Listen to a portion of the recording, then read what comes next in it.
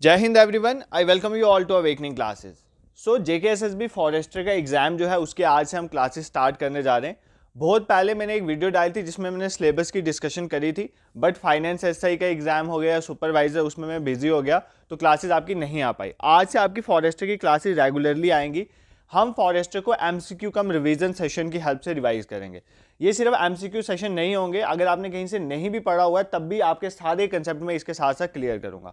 देखो, आपका सिलेबस मैं ऑलरेडी डिस्कस कर चुका हूं तो बार बार मैं यहाँ पर सिलेबस नहीं बताऊंगा, वो वीडियो में डिस्क्रिप्शन में डाल देता हूँ, उस वीडियो को देख लेना जहां पर मैंने आपके साथ सिलेबस की डिस्कशन करी थी और ये बताया था किस तरह से आपने पढ़ना है, कौन कौन सी चीज़ें हमने ऑलरेडी पढ़ाई हुई हैं। तो आज मैं आपको जस्ट ये चीज़ बताने जा रहा हूँ कि देखो, दो पोर्शन है जो सबसे पहले हम स्टार्ट करेंगे। फर्स्ट इज जनरल साइंस वाला पोर्शन एंड सेकंड जो जनरल नॉलेज वाला पोर्शन है जिसमें आपका हिस्ट्री पॉलिटी वगैरह आता है, वो हम ये दो हम पैरेलली चलाएंगे। ठीक है, जिस दिन जनरल साइंस का मुझे लेक्चर नहीं लाना होगा या बहुत दिन हो जाएंगे लेक्चर आ रहे हैं तो मैं जनरल नॉलेज में कोई एक पॉलिटी या हिस्ट्री उठा के उसके एमसीक्यू का रिवीजन स्टार्ट कर दूंगा। पहले ये दो पोर्शन कंप्लीट करेंगे, फिर एग्जाम की जैसे जैसे डेट पास आती जाएगी तो हम बाकी पोर्शन भी जो है वो कवर करते रहेंगे। I hope this is clear to you.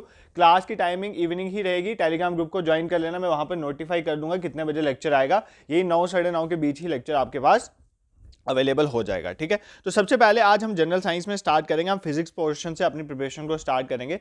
Physics में सबसे पहले देखो, आपके सिलेबस में स्पेसिफिकली मेंशन है 11 12th लेवल, तो 11 12th लेवल अगर वहां पर लिखा हुआ है वो तो आ जाता है maximum 11 12th level, but minimum में 9 10th भी आपको थोड़ा बहुत देखना है। तो मैं आपको बताऊंगा बेसिकली कि ये 11 12th का बोर्ड डायनो, पूरा साल हम 11th की फिजिक्स केमिस्ट्री बायोलॉजी पढ़ते रहते हैं। ठीक है, तो अब इतना सारा सिलेबस कन्फाइंड करके आपको पेपर के लिए तैयार करना है, तो मैं आपको बताऊंगा किस तरह से हमने कितना डीप किसी टॉपिक में जाना है। ठीक है, क्योंकि इस बार मैंने देखा है कि फाइनेंस एसआई में जो जनरल साइंस के क्वेश्चन आए वो इतने भी इजी नहीं आए, तो क्योंकि क्वेश्चन में इन डेप्थ कंसेप्चुअल पूछा जा रहा है, तो वैसा हम कुछ भी छोड़ के नहीं चलेंगे और मैक्सिमम एस्पेक्ट एग्जाम ओरिएंटेड जो है वो कवर करेंगे। सो बिना टाइम वेस्ट के लेक्चर को स्टार्ट करते हैं। हमारा टॉपिक है यूनिट्स एंड मेजरमेंट। ठीक है, देखो, फिजिक्स जैसे सब्जेक्ट में यूनिट्स एंड मेजरमेंट का बहुत इंपॉर्टेंट रोल है। क्यों?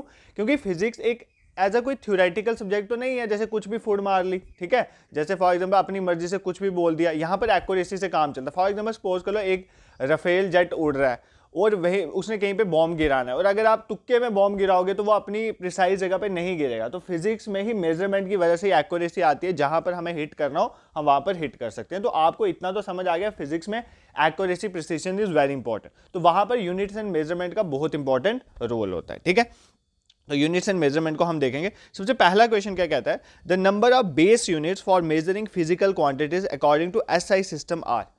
देखो, कहता है कि एसआई एक सिस्टम है मेजरमेंट का। ठीक है, वो किसको मेजर करता है? फिजिकल क्वांटिटीज को। हमें बताना है कि एसआई जो सिस्टम है उसमें कितने बेस यूनिट्स को हम यूज करते हैं फिजिकल क्वांटिटीज को मेजर करने के लिए। ठीक है, अभी आपको क्वेश्चन नहीं समझ आया कोई दिक्कत नहीं, एक एक करके सभी टर्मिनोलॉजी समझते हैं। सबसे पहले फिजिकल क्वांटिटी क्या होती है? कोई भी ऐसी क्वांटिटी, कोई भी ऐसी चीज जिसको आप मेजर कर सकते हो उसको बोलते हैं फिजिकल क्वांटिटी। कोई भी ऐसी चीज जिसको आप मेजर कर सकते हो उसको बोलते हैं फिजिकल क्वांटिटी। किसी चीज को मेजर करने के लिए दो चीजें रिक्वायर्ड होती हैं, ध्यान से सुनना। एक तो कोई न्यूमेरिकल वैल्यू और दूसरा यूनिट। क्या चाहिए होता है? न्यूमेरिकल वैल्यू जिसको हम बोलते हैं मैग्नीट्यूड, और दूसरा क्या चाहिए होता है? यूनिट। ठीक है सर, हमें कुछ समझ नहीं आया, नहीं समझ आया तो मेरा काम है यहाँ पे आपको समझाना। फॉर एग्जाम्पल, मैं किसी का वेट करता हूँ, मैं अपना वेट करता हूँ, मेरा वेट आता है 60 kg। ठीक है, मेरा वेट आ गया 60 kg। ये वेट जो मैंने अपना मास किया, मास इज बेसिकली क्या? मास क्या है? मास एक फिजिकल क्वांटिटी है, क्योंकि आप मास को मेजर कर सकते हो ना। मेरा मास मेजर हुआ, इसका मतलब ये फिजिकल क्वांटिटी है। देखा, अब इतना तो समझ आ गया कि मास इज अ फिजिकल क्वांटिटी, हम इसको मेजर कर सकते हैं। अब दूसरा हमने क्या देखा कि जो हमने मास को मेजर करा उसके लिए हमें दो चीजें रिक्वायर्ड थी। पहली बात तो यूनिट, यहाँ पे यूनिट क्या है? किलोग्राम। मैंने मास को किस में काउंट करा है? किलोग्राम में काउंट करा। और दूसरा 60 क्या है? न्यूमेरिकल वैल्यू, कि जो मेरा मास है वो कितना है? 60 है।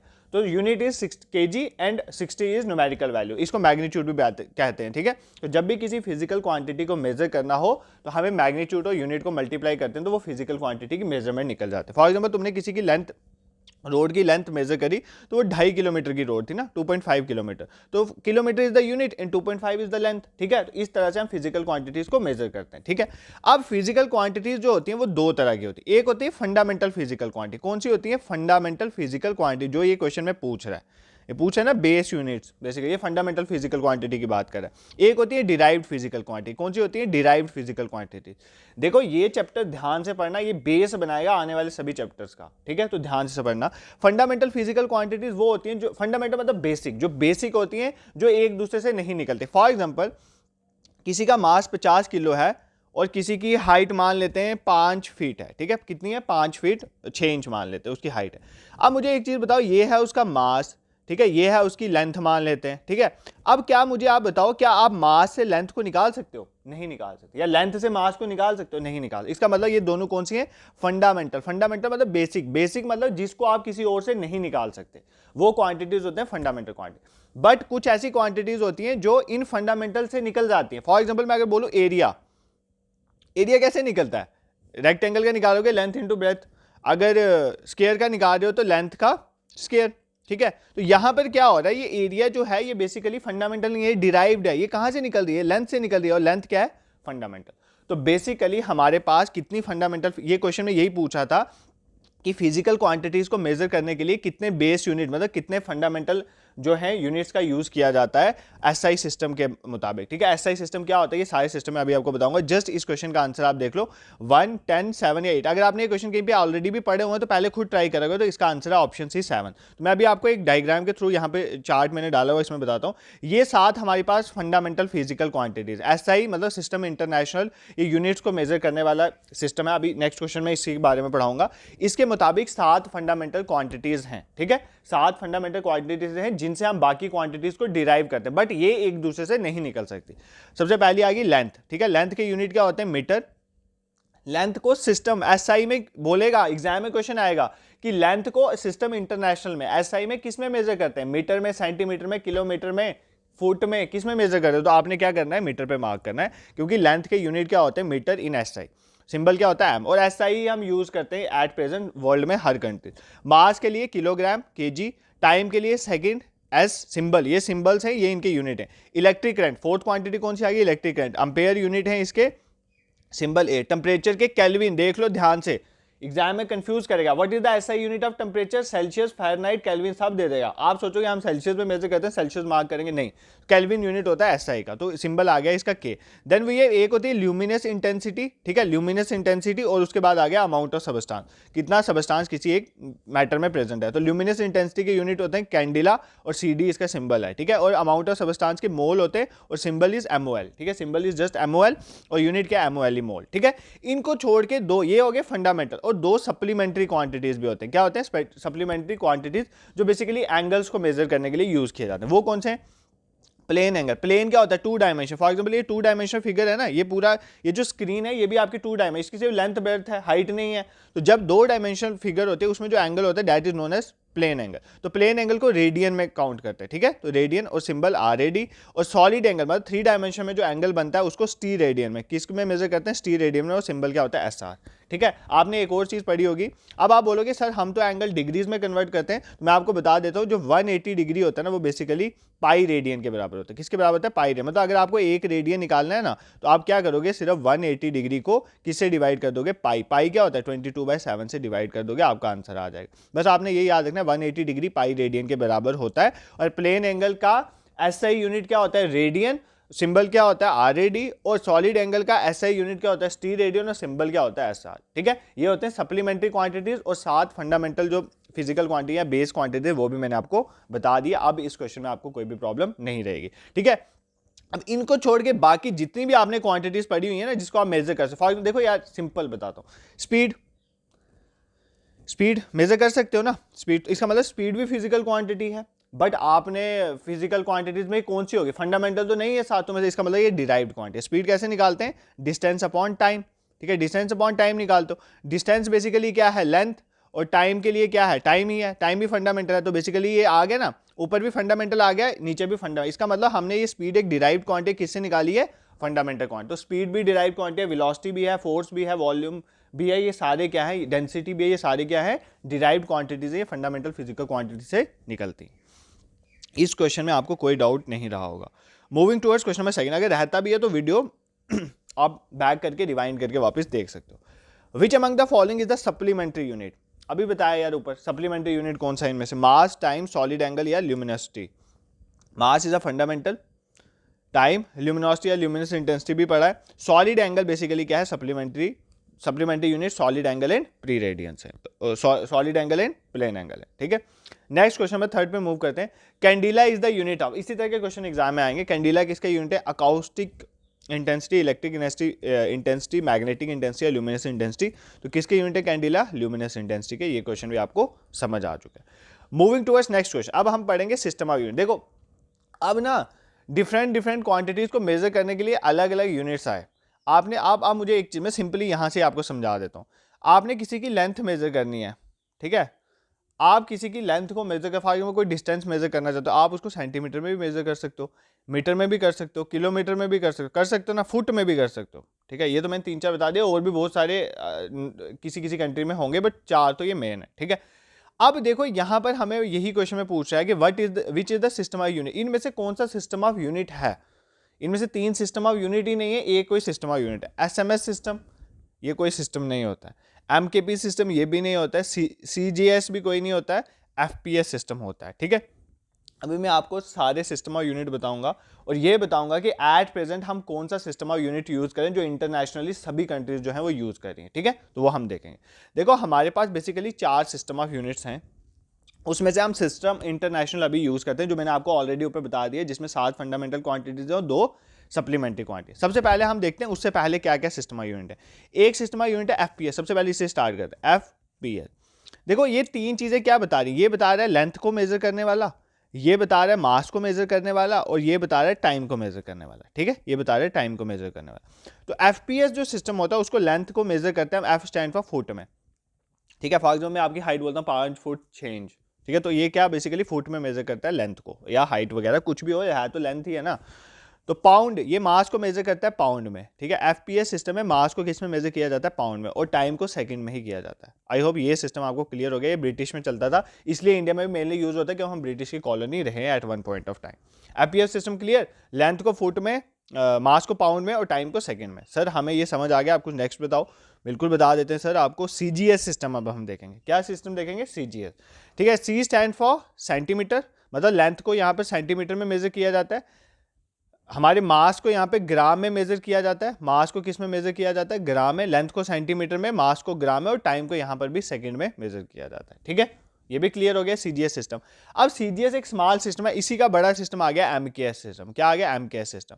यहाँ पर लेंथ को मीटर में करेंगे, लेंथ को किस में करें? मीटर में। मास को करें किलोग्राम में, और टाइम को किस में करें? सेकंड में। टाइम को किस में करें? सेकंड में। तो ये कौन सा सिस्टम आ गया? हमारा एमकेएस सिस्टम, ठीक है।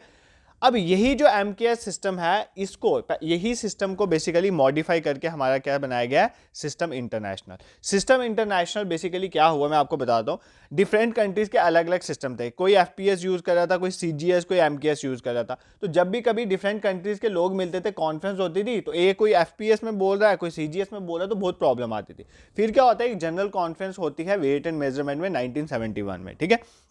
1971 में एक जनरल कॉन्फ्रेंस होती है वेट एंड मेजरमेंट में। ये एग्जाम में नहीं पूछेगा बट सिंपली सुन लो। उसमें ये बोला जाता है कि एक ही इंटरनेशनल यूनिट बनाएंगे जिसको बोलेंगे सिस्टम इंटरनेशनल दी यूनिट्स, ठीक है। वो बनाएंगे जिसमें 7 फंडामेंटल फिजिकल क्वांटिटी थी और 2 सप्लीमेंट। आपने एक चीज देखी होगी, ये बेसिकली जो ये हमारा एसआई यूनिट है बेसिकली एमकेएस से ही डिराइव हुआ है। क्यों? क्योंकि एसआई में भी हम लेंथ को मीटर में मेजर करते हैं, मास को किलोग्राम में करते हैं, और टाइम को सेकंड में करते हैं। अभी आपको ऊपर मैंने इनकी यूनिट्स बताए थे, ठीक है। इसके साथ हमने इधर और चीजें ऐड कर दी, इलेक्ट्रिक करंट ऐड कर दिया, ल्यूमिनस इंटेंसिटी ऐड कर दिया, amount of substance temperature add कर दिया, बट मोर और लेस ये एमकेएस से ही डिराइव हुआ है। तो बेसिकली एसआई को कई बार रैशनलाइज्ड एमकेएस सिस्टम भी कहते हैं, ठीक है। I hope this is clear to you. यहां पर आपको कोई भी प्रॉब्लम नहीं आएगी। तो 4 क्वेश्चन हमने कवर कर लिए।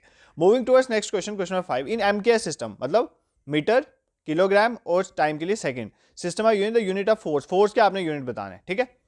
देखो वैसे तो हम ये काइनेमैटिक्स में पढ़ेंगे फोर्स, स्पीड, वेलोसिटी क्या होता है, बट आप तो पढ़ के आए हो यार, ठीक है। ग्रेजुएट हो, 12th तक ये सारा हो जाता है कवर ना। तो बेसिकली अगर हम बात करें एमकेएस सिस्टम की, तो फोर्स, आपको फोर्स का फॉर्मूला तो पता होगा ना सबको। फोर्स का फॉर्मूला क्या है? मास इंटू एक्सेलरेशन, ठीक है। फोर्स का फॉर्मूला ये होता है। मास तो आ गया ना फंडामेंटल में, तो भाई इसको तो अब छेड़ना ही नहीं है, मास को ऐसे रहने दो। अब एक्सेलरेशन को निकालो। एक्सेलरेशन अभी फंडामेंटल नहीं है, आपको पता है एक्सेलरेशन को हमने फंडामेंटल में नहीं पढ़ा हुआ। तो एक्सेलरेशन का फॉर्मूला लाओ। एक्सेलरेशन क्या होती थी? Velocity upon time. अगर आपको ये फॉर्मूले नहीं आते अभी कोई दिक्कत नहीं है, हमने इसके बाद काइनेमैटिक्स ही पढ़ने है, ये सारा निचोड़ लेंगे वहां पे। एक्सेलरेशन क्या होता है? Velocity upon time. तो टाइम तो आ गया फंडामेंटल, बट वेलोसिटी अभी भी नहीं आई, ठीक है। तो मास को यहीं पे रहने दो, टाइम को नीचे रहने दो। अब वेलोसिटी को खोलो। वेलोसिटी का क्या फॉर्मूला होता है? वेलोसिटी होता है डिस्प्लेसमेंट अपॉन टाइम, ठीक है। नहीं आता फॉर्मूला कोई दिक्कत नहीं, मैं करवाऊंगा। डिस्प्लेसमेंट अपॉन टाइम, ठीक है। अब आ गए ये सारे फंडामेंटल। क्यों? मास जो है उसको अब एमकेएस में लेना है, तो एमकेएस में मास किस में होता है, देखो यहाँ पे एमकेएस में मास किस में होगा, किलोग्राम, तो इसकी जगह किलोग्राम लिखो। डिस्प्लेसमेंट बेसिकली क्या होती है, डिस्प्लेसमेंट होता है आप कितना चले, वो एक लेंथ है, तो बेसिकली ये कितना आ गया लेंथ, लेंथ को किस में मेजर करते हैं, एमकेएस में बात हो रही है तो मीटर में मेजर करेंगे, डिवाइडेड बाय ये टाइम आ गया, टाइम को किस में मेजर करते हैं एमकेएस में, सेकंड में, ये भी टाइम है, इसको किस में मेजर करेंगे, सेकंड में। तो ये क्या फॉर्मूला बन जाएगा, यूनिट क्या बन जाएंगे, किलोग्राम मीटर डिवाइडेड बाय ये एस 2 बार है तो सेकंड का स्क्वायर। तो अगर आपको कोई यूनिट पूछेगा फोर्स के एमकेएस में क्या होंगे तो किलोग्राम मीटर पर सेकंड के। तो इस तरह से हम क्वेश्चंस को निकालते हैं, ठीक है, कोई दिक्कत नहीं है ना, यहाँ पे कोई मुश्किल नहीं है ये। तो एमकेएस सिस्टम में क्या है, कुछ नहीं है, फोर्स का पहले आप फॉर्मूला लगा के फोर्स के यूनिट तक पहुंचो, फंडामेंटल यूनिट तक पहुंचो। जैसे यहाँ पर मास पहले ही मिल गया फंडामेंटल, तो हमने इसको खोलना ही नहीं है, बट एक्सेलरेशन तो डिराइव्ड है, इसका फॉर्मूला लगाओ वेलोसिटी अपॉन टाइम, फिर वेलोसिटी भी डिराइव्ड है, इसका फॉर्मूला लगाओ डिस्प्लेसमेंट अपॉन टाइम, हर एक की फंडामेंटल यूनिट डालते जाओ, आपका आंसर निकल जाएगा। I hope this question is clear to you, यहाँ पर कोई भी दिक्कत नहीं है। Moving towards question number 6, which of the following is not a physical quantity, इनमें से कौन सी फिजिकल क्वांटिटी नहीं है, फिजिकल क्वांटिटी मतलब ऐसी कोई भी क्वांटिटी जिसको आप मेजर कर सकते हो, that is known a physical quantity. Length, length is a physical quantity, length को आप मेजर करते हो मीटर में। Time is a physical quantity, आप मेजर करते हो सेकंड में। Electric current is a physical quantity, आप मेजर करते हो एम्पेयर में। किलोग्राम, किलोग्राम यूनिट है, किसका यूनिट है, मास का यूनिट है। बेसिकली ये कोई क्वांटिटी नहीं है, ये तो मास को मेजर करने के लिए यूनिट, अगर इसकी जगह मास लिखा होता तो वो करेक्ट होता। Mass is a physical quantity but kilogram is not a physical quantity, kilogram is a unit of mass, तो option D is the correct option. I hope this question is clear to you, कोई दिक्कत नहीं है। इनमें से कौन सी physical quantity नहीं है, kilogram is not a physical quantity, ये थोड़ा कंफ्यूजन क्रिएट करने के लिए दिया था। Kilogram is a unit, basically किसका यूनिट है, ये मास का यूनिट है, ठीक है, mass is a physical quantity. I hope this is clear to you. देखो आपने अगर ये थ्योरी में कहीं ना कहीं से ये पढ़े हुए हैं या आपने छोटी क्लासेस में भी ये पढ़ा हुआ है, तो पहले खुद ट्राई करा करो क्वेश्चन, उसके बाद एक्सप्लेनेशन को सुना करो, and at the end of the session आपको ये कंसेप्ट सारे ना दिमाग में फिक्स हो जाएंगे। Moving towards next question, which is the largest unit of distance. देखो यूनिट, सबसे बड़ा यूनिट कौन सा है डिस्टेंस का, देखो एक यूनिट होते हैं, एक तो हमने फंडामेंटल यूनिट्स अभी देख लिए ना, सेंटीमीटर मीटर हो गया, ये डिफरेंट सिस्टम है यूनिट। एक होता है प्रैक्टिकल यूनिट, मतलब अब देखो अगर आपने सपोज करो अर्थ से लेकर सन का डिस्टेंस मेजर करना है, तो आप किलोमीटर तो मेजर नहीं करोगे ना, आप कोई और प्रैक्टिकल यूनिट लोगे बहुत लार्ज डिस्टेंसेस को मेजर करने के लिए। तो वही पूछा कि लार्जेस्ट यूनिट डिस्टेंस का सबसे बड़ा यूनिट कौन सा होता है, kilometre, astronomical unit, light year, parsec, ठीक है। तो बेसिकली जो सबसे बड़ा यूनिट, इनको प्रैक्टिकल यूनिट्स कहते हैं, सबसे बड़ा, इन तीनों को प्रैक्टिकल यूनिट कहते हैं डिस्टेंस के। तो इन तीनों में सबसे बड़ा, ये तो किलोमीटर तो है ही छोटा है इनमें से, तो लार्जर यूनिट डिस्टेंस का कौन सा है, पारसेक। कौन सा है, पारसेक। अब आप बोलोगे सर ये पारसेक क्या है, देखो मैं आपको सिर्फ थोड़ा सा बताऊंगा, एग्जाम में ये पूछा नहीं जाएगा, पूछा जा सकता है तो एस्ट्रोनॉमिकल और लाइट ईयर पूछा जा सकता है। एस्ट्रोनॉमिकल यूनिट पता क्या होता है, ये आपका सन आ गया, सूर्यदेव आ गया आपके, ये आ गया आपकी अर्थ, ठीक है, ये दोनों आ गए, ये सन का सेंटर आ गया, ये अर्थ का सेंटर आ गया। इन दोनों के बीच में जो डिस्टेंस है ना, सन और अर्थ के बीच का जो डिस्टेंस है, इसका जो मैं एवरेज डिस्टेंस अगर ले लेता हूँ, that is known as astronomical unit. तो astronomical unit is basically the average distance between the centre of earth and centre of sun. तो सन के सेंटर और अर्थ के सेंटर के बीच का जो डिस्टेंस है, that is known as astronomical unit. अगर आप एस्ट्रोनॉमिकल यूनिट को लिखना चाहते हो ना, अगर आप एस्ट्रोनॉमिकल यूनिट को मीटर में लिखना चाहते हो, तो एक एस्ट्रोनॉमिकल यूनिट किसके बराबर होता है, 1.496 इंटू 10⁻11 मीटर के बराबर होता है, ठीक है। देखो 10⁻11 मीटर है, कितना बड़ा है, 1 किलोमीटर में कितने मीटर होते हैं, 1000 होते हैं ना, 1000 मतलब वो 10⁻3 होता है, ये देख लो, ये 10⁻11 है, तो देखो कितना बड़ा यूनिट। तो एक एस्ट्रोनॉमिकल यूनिट 1.496 इंटू 10⁻11 मीटर के बराबर, ये थोड़ा याद कर लेना, थोड़ा आइडिया ले लेना इसका, ठीक है। अब next option is light year. Light year क्या होता है, एक साल में लाइट कितना डिस्टेंस ट्रैवल करती है, वो होता है लाइट ईयर। एक साल में लाइट कितना डिस्टेंस ट्रैवल करती है, वो होता है लाइट ईयर। ये बेसिकली पता है कितना होता है, 1 लाइट ईयर किसके बराबर होता है, 1 लाइट ईयर होता है 9.46 इंटू 10⁻15 मीटर। देखो इससे बड़ा है ना, ये 10⁻11 मीटर था, ये 10⁻15 मीटर है। तो एक लाइट ईयर 9.46 इंटू 10⁻15 मीटर। ये क्या होता है, एक साल में लाइट कितना डिस्टेंस ट्रैवल करती है। अब आप बोलोगे कैसे निकाला होगा, मैं आपको थोड़ा बता देता हूँ ना, just for your information, exam में नहीं आएगा ये आ सकता है लाइट ईयर में कितना होता है। देखो आपने एक फॉर्मूला पढ़ा हुआ, speed is equal distance upon time. अगर आपने डिस्टेंस निकालना है तो आप क्या कर लोगे, स्पीड को टाइम से मल्टीप्लाई कर दोगे। अब लाइट ईयर की डेफिनेशन क्या है कि लाइट कितना डिस्टेंस ट्रैवल करती है, तो एक साल में लाइट की स्पीड कितनी होती है, 3 इंटू 10⁻8 मतलब 3 लाख मीटर पर सेकेंड, 3 लाख किलोमीटर पर सेकेंड या 3 × 10⁸ मीटर पर सेकेंड। टाइम मतलब एक साल में कितने दिन होते हैं? 365 दिन होते हैं। एक दिन में 24 घंटे होते हैं, एक घंटे में 60 मिनट होते हैं और एक मिनट में 60 सेकंड। अगर इसको मैं सॉल्व करूंगा ना, यही आता है। तो एक लाइट ईयर होता है, एक साल में लाइट कितना डिस्टेंस जो है वो ट्रैवल करती है। उसके बाद आता है पार्सेक। पार्सेक सबसे बड़ा होता है। एक पार्सेक की अगर हम बात करें, एक पार्सेक कितने मीटर के बराबर होता है? एक पार्सेक जो है वो हमारा 3.1 × 10⁻16 मीटर के बराबर होता है। तो ये 10⁻16 सॉरी 16 ये 10⁻16 है, ये 10⁻15 है, ये 10⁻11। तो सबसे बड़ा कौन सा आ गया? पार्सेक। उससे छोटा लाइट ईयर, उससे छोटा एस्ट्रोनॉमिकल यूनिट और उससे छोटा आ गया किलोमीटर हमारा। I hope this question is clear to you. आपको पता चल गया होगा कि सबसे बड़ा कौन सा यूनिट है डिस्टेंस का। ठीक है, moving towards question number 8। 1 femtometre is equal to, एक फेम्टोमीटर किसके बराबर होता है? 10⁻15 मीटर, 10⁻12 मीटर, 10⁻10 मीटर या नन ऑफ द अबव। देखो एक फेम्टोमीटर जो बेसिकली है वो 10⁻15 मीटर के बराबर होता है। ठीक है, 10⁻−15 का मतलब होता है 1/10⁻15। ठीक है, 10⁻2 का मतलब पता क्या होता है? 1/10⁻², 1/10⁻2 मतलब 1/100। ठीक है, तो ऐसे होता है, मतलब ये पावर को कम करता है। जब माइनस में पावर हो तो मतलब डिवीजन होता है, और अगर पावर में पॉजिटिव हो तो मतलब मल्टीप्लाई होता है। ठीक है, कई बार ना एग्जाम में यूनिट पूछ लेगा, मैं आपको इंपॉर्टेंट बता देता हूँ। 10⁻−1 को बोलते हैं डेसी। ठीक है, अगर कहीं पर लिखा हुआ है ना डेसीमीटर, डेसीमीटर लिखा हुआ है ना, इसका मतलब होगा 10⁻−1 मीटर। ठीक है, तो ये याद रखना। डेसी का मतलब होता है 10⁻−1। 10⁻2 का मतलब होता है सेंटी। 10⁻2 का मतलब क्या होता है? सेंटी। ठीक है, 10⁻3 का मतलब होता है मिली। ठीक है, आपने ना ये फिजिक्स में पढ़ा होगा 5 मिली एम्पेयर। ठीक है, ये होता है 5 × 10⁻³ एम्पेयर। तो मिली एम्पेयर का मतलब होता है 10⁻3। ठीक है, तो मिली मतलब 10⁻3। ठीक है, मिली 10⁻3। एक होता है माइक्रो। माइक्रो भी आपने पढ़ा होगा केमिस्ट्री में। तो माइक्रो बेसिकली होता है 10⁻6। ये लिख लो कहीं पर, माइक्रो होता है 10⁻6। नैनो होता है 10⁻9। ये क्या होता है? नैनो। ठीक है, माइक्रो का मैं यूनिट भी बता देता हूँ। माइक्रो ऐसे ये यूनिट होता है, मिली का एम यूज होता है। नैनो 10⁻9। पिको होता है 10⁻12। ये क्या होता है? इसको बोलते हैं पिको, पिको।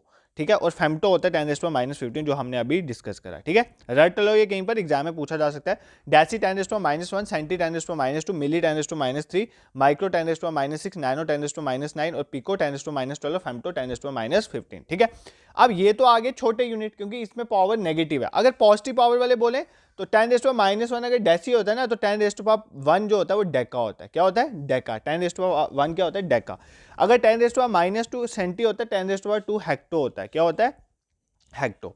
10⁻3 को बोलते हैं किलो। ये तो आप सबको पता है, 1 किलोमीटर में 1000 मीटर होता है, 10⁻3 मीटर होता है। ये होता है 10⁻3 होता है किलो। 10⁻6 देखते हैं, वो होता है मेगा। वो -6 है माइक्रो भाई, 6 मेगा होता है, ये याद रखना। ठीक है, 10⁻6 इज मेगा। 10⁻9 is giga. 10⁻9 क्या होता है? गीगा। 10⁻12 होता है टेरा। और 10⁻15 लास्ट देख लेते हैं, वो कितना होता है? पिटा। वो क्या होता है? पिटा। ठीक है, तो ये आपको याद रखना है। सर ये डिफिकल्ट हो रहा है, डिफिकल्ट हो रहा है तो कहीं पे नोटबुक पे लिख लो। एक बार लेक्चर वापस सुन लेना, या लेक्चर नहीं भी सुनना, नोटबुक में लिखना, उसको रिवाइज कर लेना, ये आपको रिवाइज हो जाएगा। I hope this is clear to you. तो फेम्टोमीटर, अब फेम्टोमीटर की जगह एग्जाम में अगर आपको सेंटीमीटर पूछे तो 10⁻², अगर नैनो पूछे 10⁻9, और मुझे लग रहा है माइक्रो पूछेगा तो 10⁻6 आपने मार्क करना है। Moving towards next question, which of the following is the dimension less quantity? Dimension less quantity इनमें से कौन सी है ना, हमें बताना है इनमें से कौन सी क्वांटिटी जो है वो डायमेंशन लेस है, जिसकी कोई भी डायमेंशन नहीं है। फोर्स, प्रेशर, मास, एंगल, इनमें से कौन सी क्वांटिटी है जिसकी डायमेंशन नहीं है? फोर्स की डायमेंशन नहीं है, प्रेशर की नहीं है, मास की नहीं है, एंगल की नहीं है। ठीक है, अब आप बोलोगे डायमेंशन सर होती क्या है, पहले ये बताओ, फिर हम देखेंगे डायमेंशन लेस क्वांटिटी क्या होती है। देखो, किसी भी क्वांटिटी की डायमेंशन, फॉर एग्जाम्पल मैं एरिया की बात करता हूँ, एरिया एक क्वांटिटी है। एरिया की डायमेंशन बेसिकली क्या होगी कि एरिया को हम कितनी पावर तक, एरिया का जो बेसिकली बेसिक यूनिट है ना, उसको कितनी पावर तक रेज करें तो एरिया आ जाए। सर क्या बोले जा रहे हो, समझ नहीं आ रहा। देखो, एरिया क्या होता है? Length into breadth. ठीक है, इसमें कौन कौन से बेस यूनिट इन्वॉल्व है? ये भी लेंथ है बेसिकली, ब्रेथ भी एक तरह की लेंथ ही है। तो इसमें दो यूनिट्स इन्वॉल्व है, लेंथ ही है, मतलब बेसिकली लेंथ ही इन्वॉल्व है हमारे पास। फंडामेंटल बेस यूनिट मतलब फंडामेंटल यूनिट कौन से इन्वॉल्व है? लेंथ।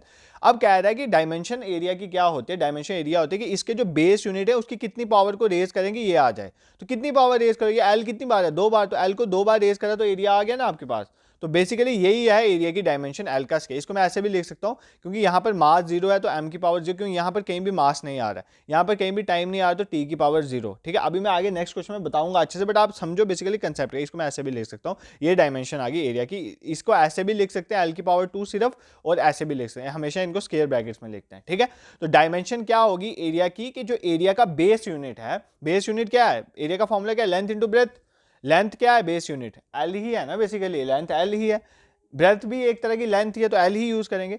तो बेसिकली कह रहा है कि किसी भी फिजिकल क्वांटिटी की डायमेंशन क्या होती है, उसके जो बेस यूनिट है उसकी कितनी पावर को रेज किया कि ये आ गया, तो एल की कितनी पावर को रेज किया, 2, एल 2 बार है, एल की 2 पावर को रेज करा तो क्या आ गया, एरिया। ठीक है, अगर वॉल्यूम होता तो हम एल की 3 पावर रेज करते हैं। वॉल्यूम क्या होता है, length into breadth into height, तो वॉल्यूम का डायमेंशन क्या आ जाता है, एल क्यूब। तो डायमेंशन बेसिकली क्या होती है कि किसकी पावर को कितना रेज करा ताकि वो फिजिकल क्वांटिटी जो है वो उसको रेप्लिकेट करे। ठीक है, अब पूछा इनमें से किसकी डायमेंशन नहीं होती, फोर्स। देखो फोर्स एक फिजिकल क्वांटिटी है ना, फिजिकल क्वांटिटी है, तो इसका डायमेंशन भी होगी। क्यों डायमेंशन होगी, फोर्स का फॉर्मूला है मास इंटू एक्सेलरेशन। ठीक है, मास इंटू एक्सेलरेशन।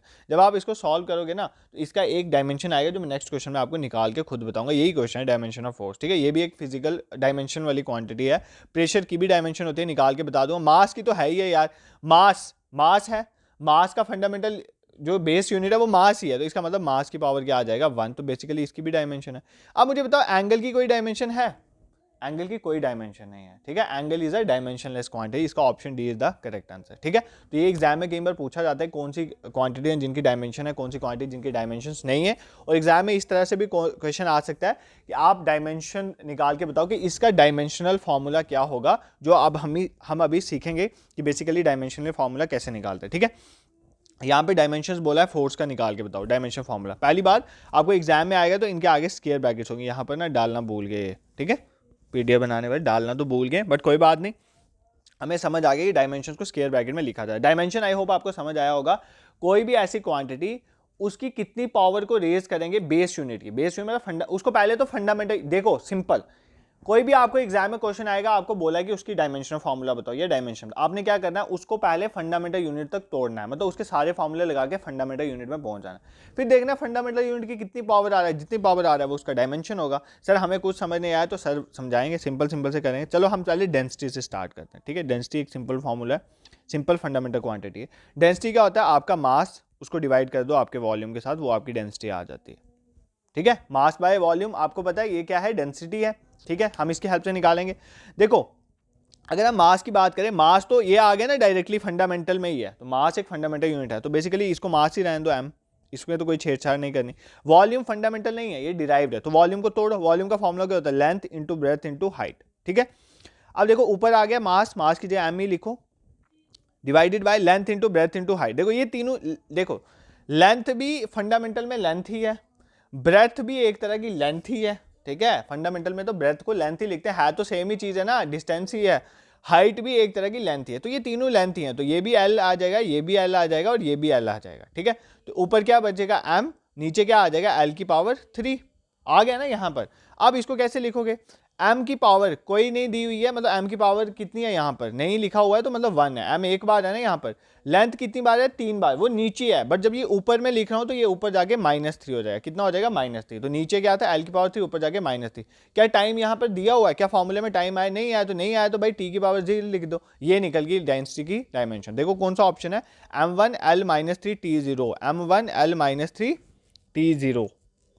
ओके, ये भाई अभी ये फोर्स का क्वेश्चन पढ़ना, मैं डेंसिटी पढ़ा रहा हूं, तो आपने याद रखना है कि डेंसिटी का जो डायमेंशन फॉर्मूला है वो क्या है, m1l-3t0। ठीक है, कैसे आया, समझ आ गया।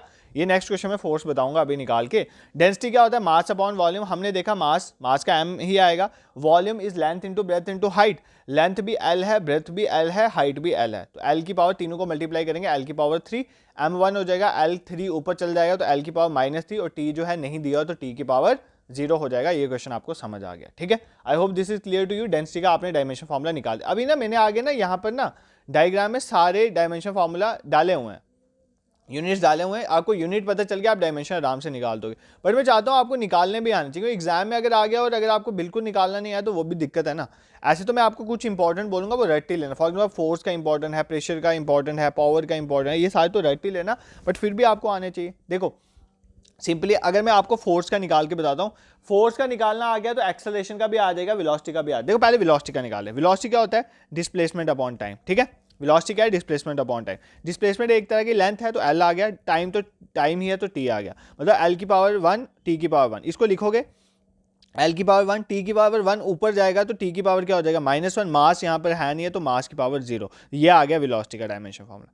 कोई प्रॉब्लम है? बिल्कुल प्रॉब्लम नहीं है, ठीक है। अगर मैं आपको बोलूँ एक्सेलरेशन का निकाल के बताओ, तो एक्सेलरेशन क्या होती है?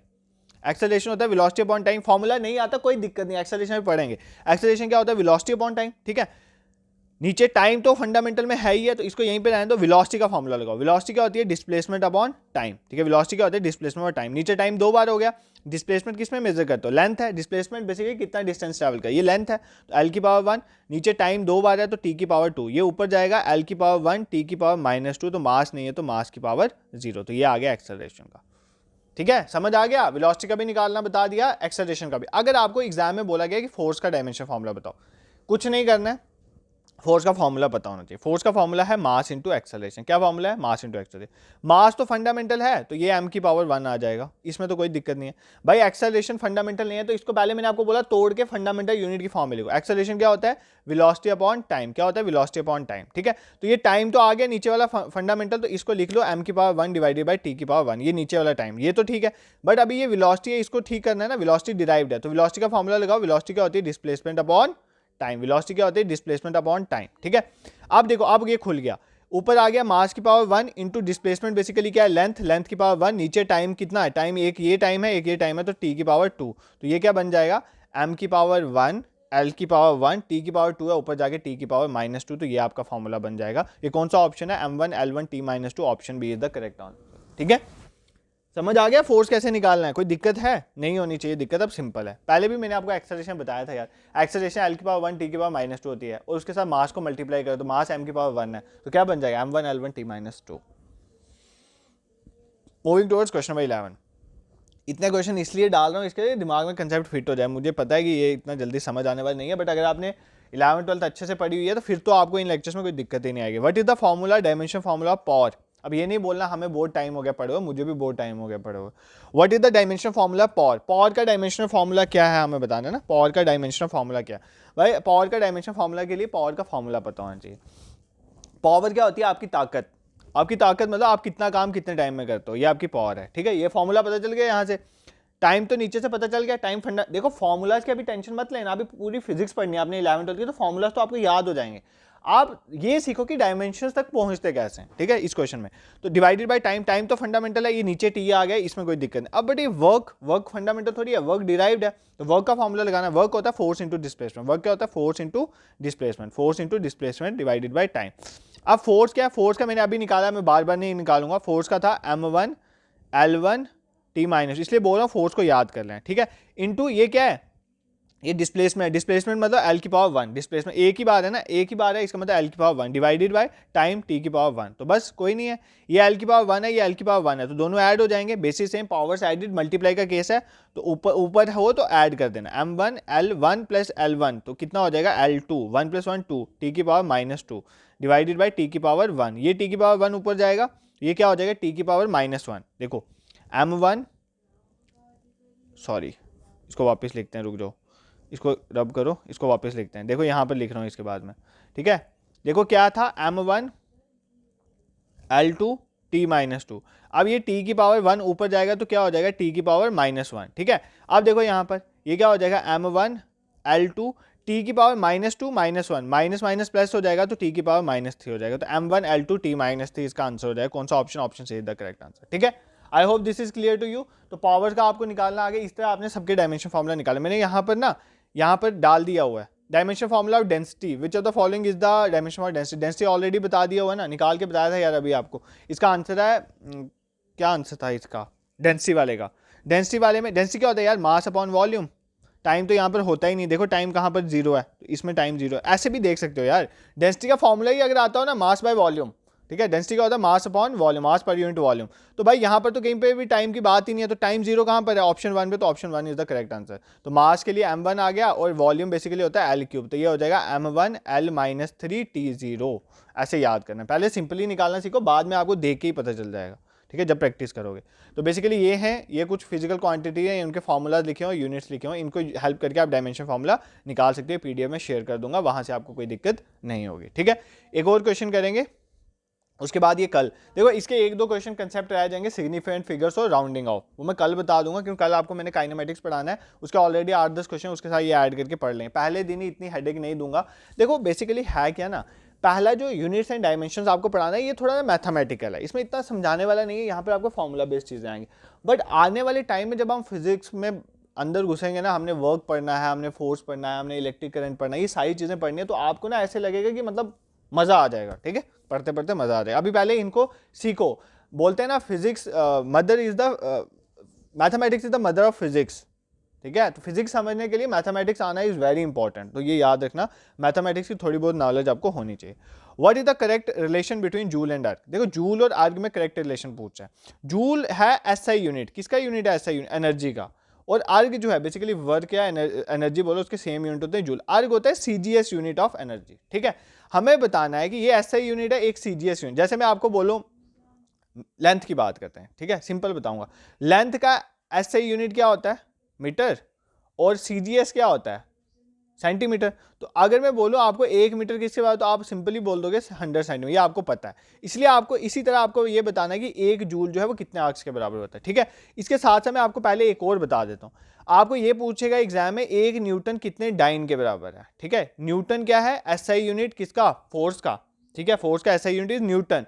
और डाइन क्या है? CGS unit. डाइन क्या है? CGS unit. तो 1 न्यूटन जो होता है 10⁵ डाइन के बराबर होता है। किसके बराबर होता है? 10⁵ डाइन के बराबर होता है। ये आपने याद रखना है, किसके बराबर होता है? 10⁵ डाइन के बराबर। सर कैसे आया, हमें निकाल के बता सकते हो? तो बिल्कुल बता सकते हैं, ये मैं आपको निकाल के बता देता हूँ। फोर्स किसके बराबर होता है? Mass into acceleration. फोर्स के ऐसा ही है न्यूटन, हमें क्या बताने हैं? सीजीएस। देखो मास किस में होता है? फोर्स में मास किस में होता है? किलोग्राम में। मतलब जो हमारा एसआई है उसमें मास किस में होता है? किलोग्राम में। तो यहाँ पर लिख लो किलोग्राम। एक्सेलरेशन क्या थी? मीटर पर सेकंड स्क्वायर। ठीक है, मीटर पर सेकंड स्क्वायर। अब हम किस में कन्वर्ट कर रहे हैं? सीजीएस में। ध्यान से सुनो, किस में कन्वर्ट कर रहे हैं? सीजीएस में। 1 किलोग्राम में कितने ग्राम्स होते हैं? 1000। तो यहाँ पर आ जाएगा 1000 ग्राम। 1 मीटर में कितने सेंटीमीटर होते हैं? 100। तो 100 सेंटीमीटर। और सेकंड तो दोनों में सेम रहता है ना। सेकंड अगर आप सीजीएस की बात करो या एसआई में बात करो, टाइम के लिए सेकंड है। तो ये क्या है? 10⁻³ मतलब 3 जीरो, ये आगे 2 जीरो, कितने आगे? 5 जीरो। तो 10⁵ का। तो यही बोला था ना, 1 न्यूटन 10⁵ डाइन के बराबर होता है। ठीक है, इसी तरह 1 जूल किसके बराबर होता है? 10⁻7 अर्ग्स के बराबर। ये आपने खुद प्रैक्टिस करना है। ठीक है, 1 जूल किसके बराबर होता है? 10⁻7 अर्ग्स के बराबर होता है, ये आपको याद रखना है। ठीक है, एक और क्वेश्चन आपको होमवर्क दे रहा हूँ, 7 वाला, ये आपने कमेंट सेक्शन में मुझे अभी बताना है, क्वेश्चन 14। ठीक है, इसको मैं कल एक्सप्लेन कर दूंगा। उसके बाद मेरा सिग्निफिकेंट फिगर, राउंडिंग ऑफ, वैसे तो मुझे प्रोबेबिलिटी कम लग रही है वो एग्जाम में पूछे जाएंगे, बट छोड़ना क्यों है, सिंपल कंसेप्ट है, आपको समझ आ जाएंगे। The difference in the true value and measured value of a quantity is called. किसी चीज़ की ट्रू वैल्यू और मेजर्ड वैल्यू, जो आप मेजर करते हो उसमें फर्क जो होता है उसको क्या बोलते हैं? फॉर एग्जाम्पल तुम दुकान में गए, तुमने दुकान में एक पैकेट लाया चीनी का, आधा केजी का ना, आधा केजी 500 ग्राम का एक पैकेट लाया आपने चीनी का एक दुकान से। उस पैकिंग के ऊपर लिखा हुआ 500 ग्राम। ठीक है, बट अगर आप उसको मेजर करते हो एक उसके ऊपर वेइंग मशीन के ऊपर, वो 490 ग्राम आ रहा है। ठीक है, 490 ग्राम, ये उसकी बेसिकली ट्रू वैल्यू है, जो मतलब वहां पर थ्योरेटिकल वैल्यू लिखी गई थी। ये आपकी मेजर्ड वैल्यू आई जो आपने मेजर की। इन दोनों का जो डिफरेंस होता है बेसिकली, इसको क्या बोलते हैं? इसको मिस्टेक बोलते हैं, एरर बोलते हैं, सम बोलते हैं, या नन ऑफ द अबव। ये आपने कमेंट सेक्शन में बताना है। थोड़ा सा भी दिमाग लगाओगे ना तो इसको आंसर पता चलेगा। सभी अभी इसका आंसर करना कमेंट सेक्शन में, उसके बाद ही वीडियो को क्विट करना। ठीक है, आई होप ये लेक्चर आपको पसंद आया होगा। देखो ये बेसिकली यूनिट मेजरमेंट, ये थोड़ा ऐसे थ्योरेटिकल है, आपको मैं रिकमेंड करूंगा ये डायमेंशन फॉर्मूला कैलकुलेट करना सीखो। जो मैं यहाँ पर पढ़ाऊंगा, एक पेन नोटबुक अगर आप साथ लेके नहीं बैठ रहे हो, नहीं लिख रहे हो, तो वो कोई मतलब नहीं बनता है। ठीक है, इसके बाद मैंने यहाँ पर 2 क्वेश्चन डाले हुए थे, वैसे मैं आपको बता देता हूँ, मैंने 2 क्वेश्चन डाले थे यहाँ पे, एक राउंडिंग ऑफ पे डालता, सिग्निफिकेंट फिगर पे डालता, बट मैंने नहीं इसलिए पढ़ाया क्योंकि ये बहुत बर्डन हो जाएगा। इनके कुछ रूल्स हैं, वो मैं हम कल के लेक्चर में काइनेमेटिक के साथ साथ इसको डिस्कस करेंगे। ये मैंने इनके आंसर डाले, ये पीडीएफ हमने टेलीग्राम ग्रुप में शेयर करेंगे। टेलीग्राम ग्रुप का लिंक जो है डिस्क्रिप्शन में डाल दिया हुआ है। देखो एक चीज़ मैं आपको रिकमेंड करूंगा, फॉरेस्टर की जो मैंने पहले एक वीडियो डाली थी जिसमें सिलेबस डिस्कशन करता, मैंने उसमें आपको एक चीज़ बताई थी कि बहुत सारे टॉपिक हमने पढ़ाए, जैसे इंडियन पॉलिटी है, जो इंडियन कॉन्स्टिट्यूशन, उसके लेक्चर्स आए हुए हैं। अब मैं एमसीक्यूज फॉर्मेट में पढ़ाऊंगा, बट उसके इन ओरिजिनल लेक्चर जो हैं वो आए हुए हैं, तो वहाँ से करो। वो मतलब ऐसे लेक्चर्स है ना, अगर आपने देख लिया ना, उससे बाहर क्वेश्चन कॉन्स्टिट्यूशन में फ्रेम नहीं होने वाला, ठीक है। हिस्ट्री के भी लेक्चर्स मैंने काफ़ी ज़्यादा पढ़ाए हुए जो आपके सिलेबस में मेंशन है, उसका मैंने ये सारी चीज़ें आपको बताई थी, वहाँ पर कौन कौन सी प्लेलिस्ट आपने देखनी है, तो उस वीडियो को देख लेना, आपको एक हेल्प मिलेगी। पैरेलली वो भी चलाओ और पैरेलली जो मैं पढ़ा रहा हूँ चलाओ, आपका सिलेबस जो है निकलता जाएगा, ठीक है। और अगर आपको ये हमारा इनिशिएटिव पसंद आ रहा है तो do share it to others also, ठीक है, क्योंकि हम आपको इतनी मेहनत से पढ़ाएंगे तो आपका भी कुछ हमारे प्रति फर्ज बनता है, ठीक है। This is it for today, thank you so much for watching. और अगर आपका कोई भी रिव्यू हो तो वो कमेंट सेक्शन में जरूर बताना कि आपको कैसा लगा, दिस दैट आप बता सकते हो। Thank you so much for watching.